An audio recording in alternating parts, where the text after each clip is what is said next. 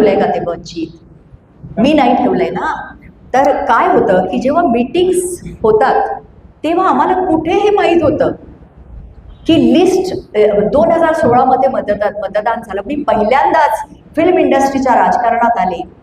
हे केवळ कुणामुळे? सतीश रणदिवे, पितांबरजी काळे यांच्यामुळे मी ह्या म्हणजे अखिल भारतीय चित्रपट महामंडळाच्या कारभारात पडले असं मी म्हणेन. कारण हे काय मेन स्ट्रीम राजकारण नाही आहे, मुख्य प्रवाहामधलं राजकारण नाही आहे. हे आपला एक ट्रस्ट आहे, न्यास आहे, त्याचं हे गव्हर्नन्स आहे, सरकार आहे, बरोबर.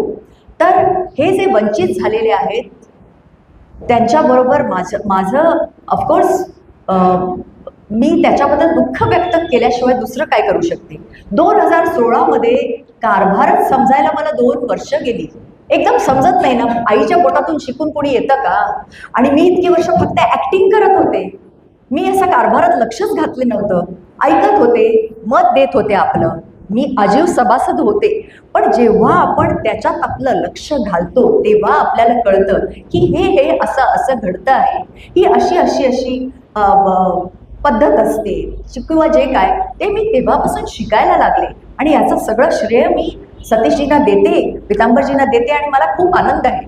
तर हे तेव्हा मला सुचलं नाही आणि तेव्हा मला माहितीच नव्हतं की किती लिस्ट आहे, किती आपले सभासद आहेत. हे मला हळूहळू नंतर कळायला लागलं. आणि आता मला मी एकदम पारंगत झाले असं नाही आहे की गेल्या 10 वर्षात आपण आपल्याकडनं नकळतपणे चुका झाल्या. कारण त्याला मीही साक्षी होते, मी त्या कमिटीमध्ये होते. आणि या वेळेला मी या परत एकदा उमेदवारीमध्ये यायचं कारण, मुख्य कारण म्हणजे महेशजी, तुम्हाला मी खूप तुमची कृतज्ञता व्यक्त करते इथे. त्यांचा मला फोन आला. माझा एवढा विचार नव्हता, कारण एकतर ना फार कमी काळ होता. अचानक असं झोपेतून उठल्यानंतर अरे 7 तारखेला निवडणूक आहे आणि प्रचाराला किती त्यात आपलं शूटिंग सांभाळून प्रचार करायचा. आपल्याला असं वाटतं की व्यवस्थितपणे प्रचार करायला पाहिजे, सगळ्यांना न्याय मिळायला पाहिजे, सगळ्या सभासदांना आपण 1 to 1 भेटलं पाहिजे अशी आपली इच्छा असते. पण त्याचं कारण म्हणजे मुख्य म्हणजे महेशजी आणि त्याच्यानंतर सतीशजी, पितांबरजी, आम्ही सगळे भेटलो आणि विचार विनिमय केला. आणि त्याच्यानंतर आम्ही, कारण तेही फार इच्छुक नव्हते आणि ते ह्याच्यात आले. तर तुमच्या प्रश्नाचं उत्तर माझ्याकडे नाही आहे. तर हे नक्कीच आहे, जसं मी आत्ता म्हटलं की तुम्ही आम्हाला निवडून दिलं तर मुख्य एजेंडा हाच असणार आहे.